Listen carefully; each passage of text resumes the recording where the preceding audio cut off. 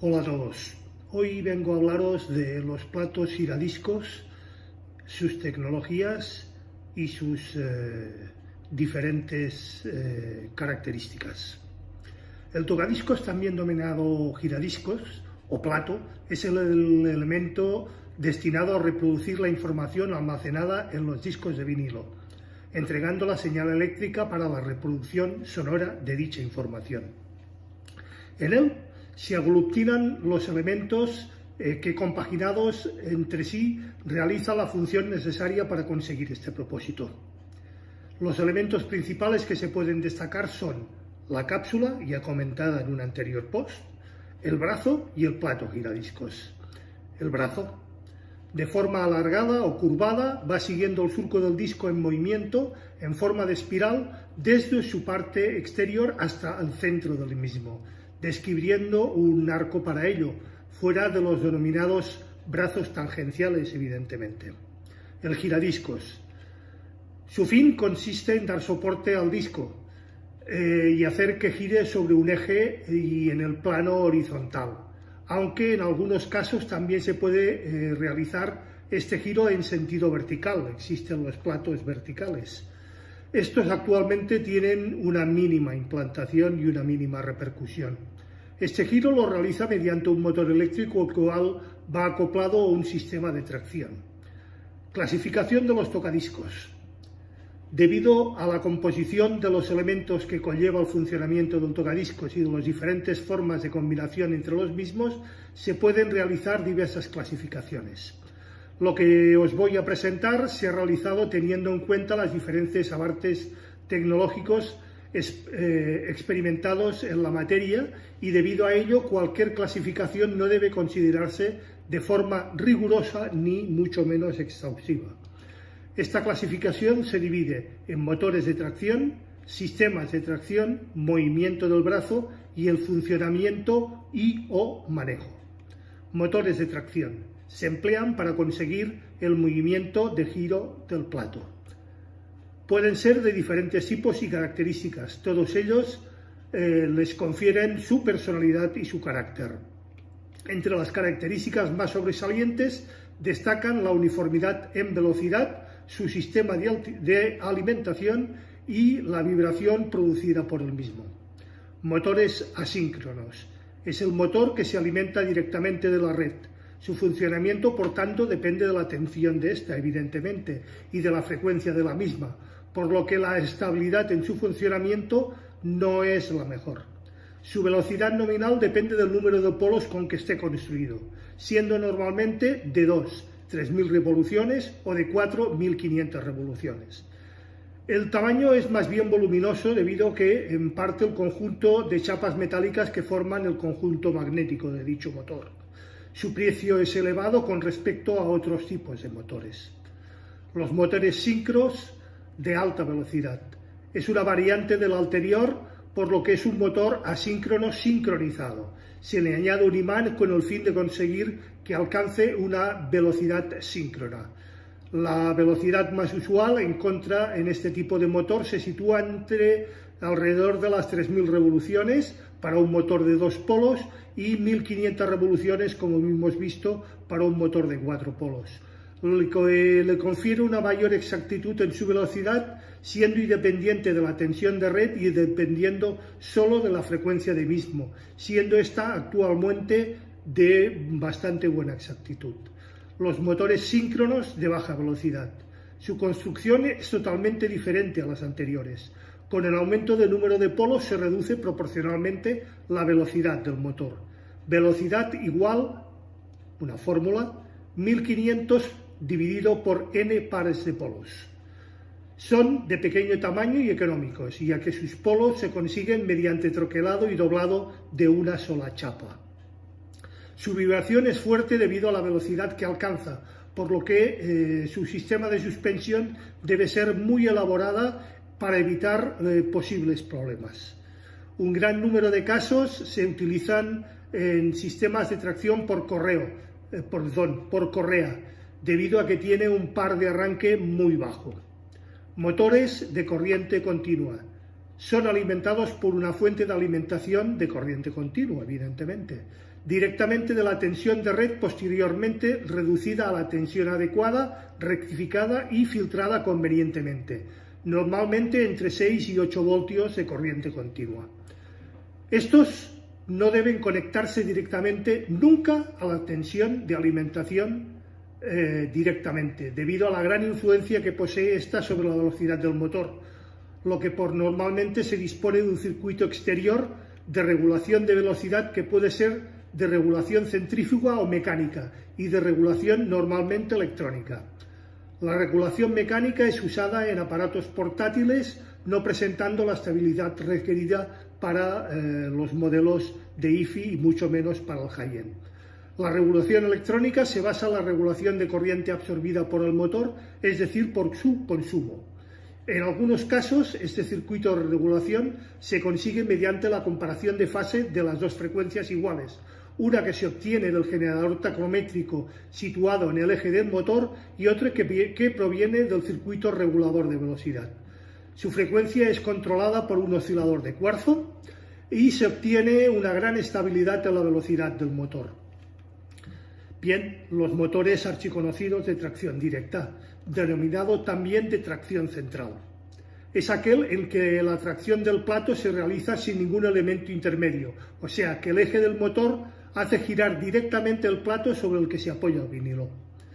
Al no existir ningún elemento intermedio, la velocidad del plato es la misma que la del motor, cosa que no ocurre con los de polea intermedia o los de transmisión por correa, en los cuales se introduce una pequeña variación por deslizamiento de cualquiera de dichos elementos. Los principales elementos para este tipo de motor son el rotor, formado por un disco de imán con los polos, el estator, formado por la chapa en la que van adosadas las bobinas sin núcleo, el detector, encargado de identificar los polos del imán, el generador de corriente alterna, que proporciona una información para el control de velocidad, el circuito que conmuta los polos para conseguir la rotación del motor y el regulador de velocidad, que en este tipo de motor normalmente es un controlador de fase. Sistemas de tracción de nuestros platos. Dependiendo del mecanismo, los sistemas con que se consigue la rotación del plato son la tracción por correa, la tracción por polea intermedia y la tracción directa. Tracción por correa. El movimiento entre el eje del motor y el plato abraza por un lado una polea situada en el eje del motor y por otro el tambor colocado debajo justo del plato y concéntrico al mismo. Este tambor suele ser solidario al plato y por lo que deforman una sola pieza. El cambio de velocidad se realiza desplazando la correa sobre distintos diámetros de la polea del eje del motor, es decir, el eje del motor tiene un cono y sobre este cono una polea que se desliza para conseguir la velocidad que transfiere esta velocidad al plato giradiscos. Este sistema proporciona una buena amortiguación en las vibraciones, por lo que es ampliamente utilizado. Es un claro exponente de esta tecnología de las marcas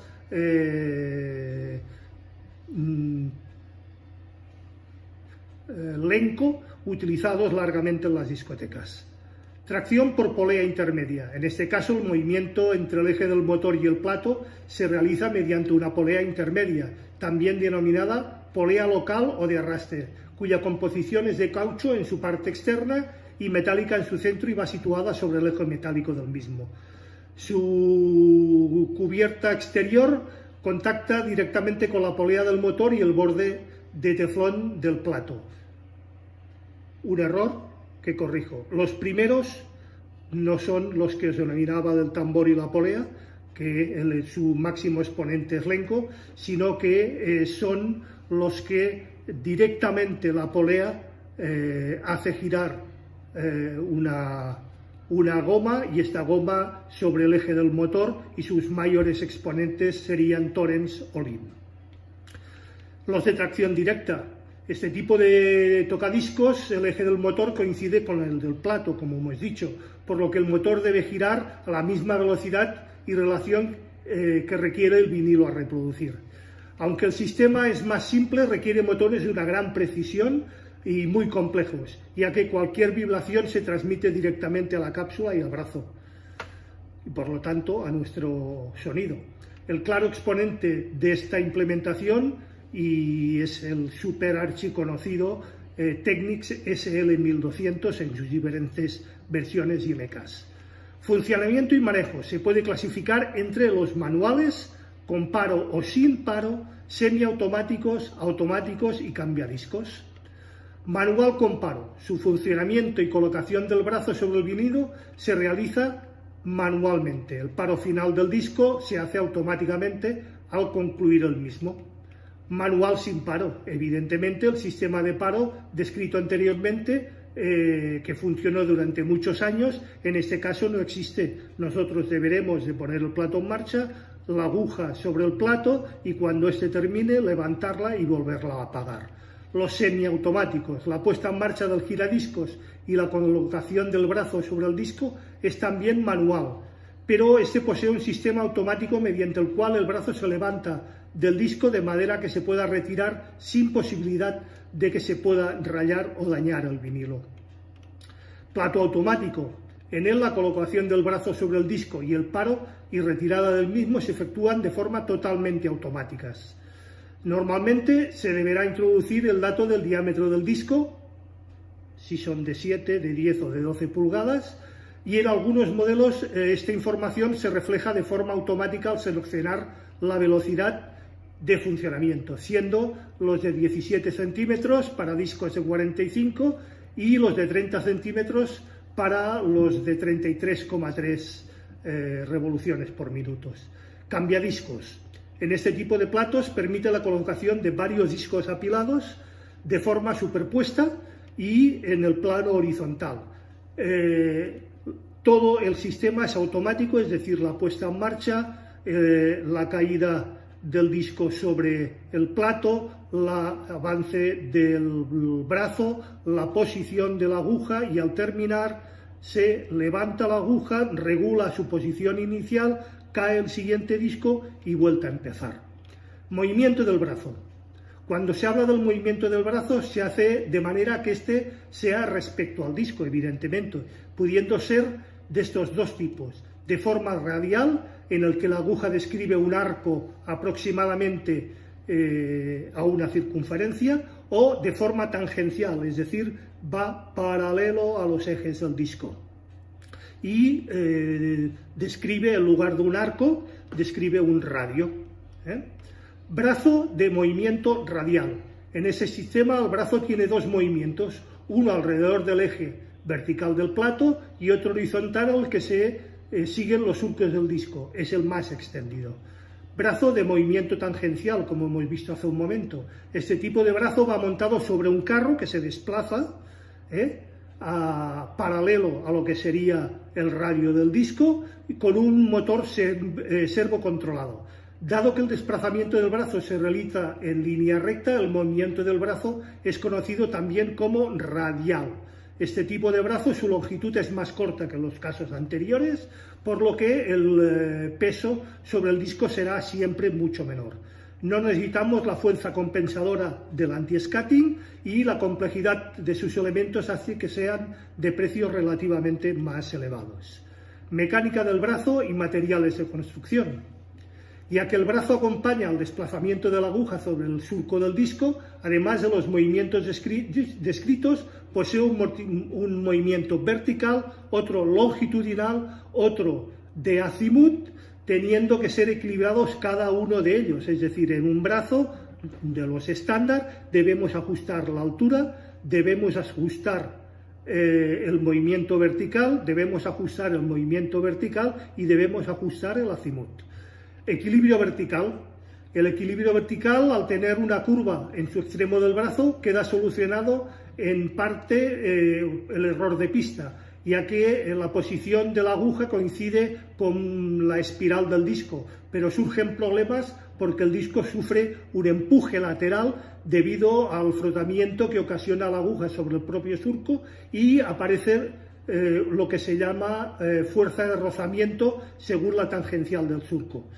Al estar curvado el extremo del brazo, la dirección de reacción del eje no puede ser la del brazo, sino la de la recta que une el centro del eje que soporta el brazo con el propio surco, por lo que se crea una fuerza que se denomina de empuje lateral, y que aun siendo pequeña hace que la aguja se apoye más en una parte lateral del surco que en la otra, pudiendo producir distorsión en el sonido.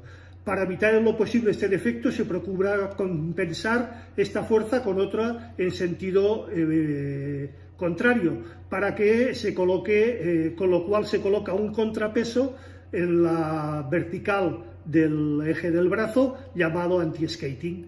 Equilibrado longitudinal. Este equilibrado se consigue añadiendo un contrapeso en la parte posterior del eje que soporta el brazo, sirviendo el mismo como báscula para, siempre que ajustamos un brazo, conseguir que el brazo se quede en equilibrio, con lo cual sería peso cero, y dándole unos movimientos a ese contrapeso o mediante un émbolo dentro del propio brazo o algún sistema un poquitín más sofisticado, dar la fuerza de apoyo que, como vimos en el post anterior, puede estar entre los 2,5 gramos y los 0,75 gramos. Los brazos unipivot, más raros pero también existen. Para intentar evitar en lo posible todos los problemas anteriormente descritos, algunos fabricantes, entre ellos el archiconocido Micware, idearon los sistemas unipivot. Este tipo de brazo se basa en sustituir todos los elementos de sujeción del mismo, es decir, el brazo, en lugar de ir cogido por los dos pivotes laterales para que bascule, lo que se hace es un pivote o un cono invertido sobre el cual el brazo reposa en una cazuela con un líquido muy parecido a lo que sería la silicona, muy líquida, y con ello se evita al máximo toda fricción o rozamiento y se evitan los errores por desplazamiento, los errores de altitud, etcétera, etcétera. El plato generalmente está constituido de metal, normalmente aluminio o hierro. Su parte superior va colocada la alfombrilla plástica o elástica de goma sobre la que se colocará el vinilo. Gira en torno a un eje central sobre el cual va apoyado y lo hace a la velocidad previamente seleccionada, sean los 33, sean los 45 o sean los 78. Ajuste fino de velocidad. Varios son los elementos que pueden provocar que la velocidad seleccionada no sea exactamente la misma a la que debería girar el plato. Desgaste mecánico, precisión o presión de la aguja, etcétera, etcétera. Para corregir este defecto, en la medida de lo posible, algunos giradiscos, no todos, poseen un ajuste fino de la velocidad que permite alcanzar ese valor de forma lo más precisa y exacta posible. La mayoría de platos giradiscos tienen en su exterior el equivalente a un ostrobo que nos permiten ajustar esta velocidad a la 33, a los 45 o a los 78 revoluciones por minuto. Control de velocidad.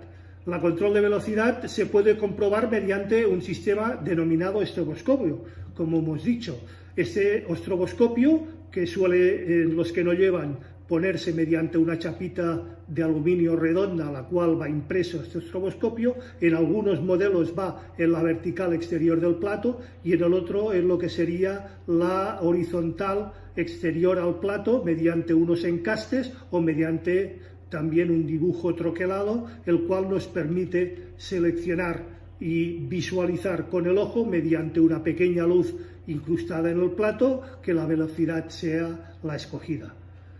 Ubicación del plato. A la hora de colocar nuestro plato en la sala de escucha se deberá tener en cuenta muy bien también la colocación de los altavoces o en su caso las cajas acústicas, ya que estas pueden reproducir lo que se llaman acoples o retroalimentaciones, manifestándose en forma de zumbidos en pastes de ciertas frecuencias, etcétera. Este fenómeno es conocido también como efecto Larsen. Aparece cuando las ondas generadas por el altavoz llegan hasta el plato haciendo vibrar la aguja y haciendo vibrar el plato. La cápsula recoge estas vibraciones y las introduce nuevamente en el amplificador, que a su vez las vuelve a amplificar, las vuelve a lanzar y se crea una retroalimentación y el denominado efecto Larsen.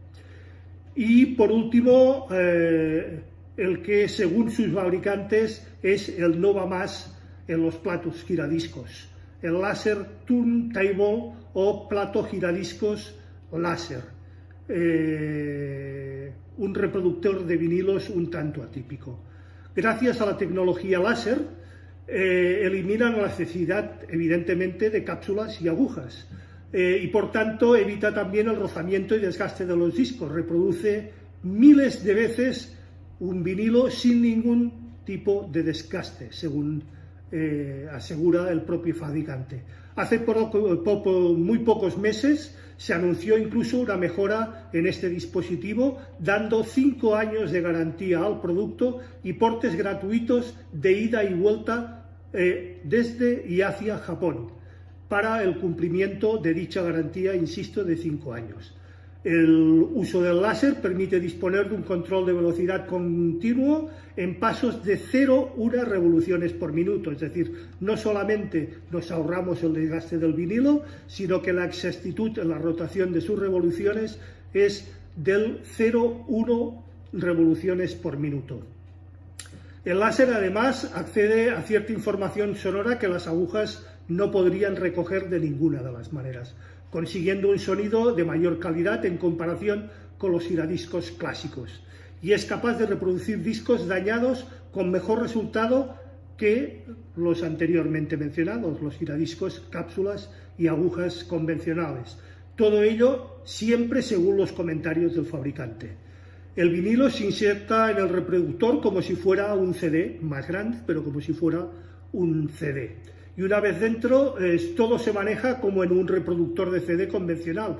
Tiene mando a distancia, te dice el tiempo de reproducción, el tiempo restante de cada pista, se puede ir saltando de pista en pista, parar, hacer pausa, exactamente igual que un CD. La cápsula, aguja, brazos, la calidad de este y del plato y otros métodos de limpieza son totalmente innecesarios. Escuchar vinilos es un verdadero gusto. La pasión que demuestran algunas personas al respecto merece ser más que reconocida. Sin embargo, eso no cambia el hecho de que para pasar una aguja por un surco deteriore lentamente cada vinilo. En el caso del láser, su fabricante asegura que no es así. La solución llega del fabricante japonés ELP Turntables, que utiliza un sistema láser en reemplazo de la cápsula y la aguja, por lo que no toca nunca la superficie, simplemente se refleja. De ninguna manera me atrevo a ingresar en el debate sobre qué medio suena mejor o qué medio suena peor. Insisto, todo esto son especificaciones y características y argumentos de su fabricante. He sido testigo de conversaciones que se convirtieron en verdaderas batallas en cuanto a si el vinilo es mejor o es peor, si entregan mayor calidad, menor calidad, y evidentemente si encima le ponemos un giradiscos láser, sinceramente no voy a entrar en ese terreno, ya que, como todos sabéis, yo soy amante del sonido digital, mantengo mi reproductor de CDs por la gran colección que tengo. Cada vez, igual que hice con los vinilos, paso más mis CDs a la NAS en formato FLAC de 2496 y bueno, considero que es la mejor solución hoy por hoy frente al vinilo, con unos importes muy superiores. Para que os hagáis una idea, un plato giradiscos láser de este fabricante ELP de Japón suele estar entre los 12, 13, 15 mil dólares dependiendo del modelo. También cabe decir que a día de hoy otros fabricantes japoneses, evidentemente, como Sansui, Pioneer o Yamaha, disponen o han presentado también sus modelos o sus prototipos.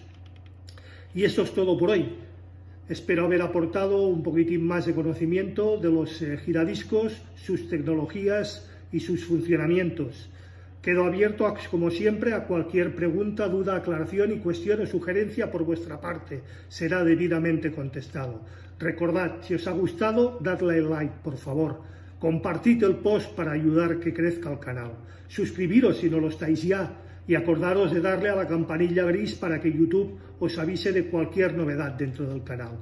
Muchísimas gracias y os espero el próximo viernes, una vez más, en A las 8 estrenamos. Hasta entonces, que tengáis un feliz fin de semana y una feliz semana hasta el próximo viernes.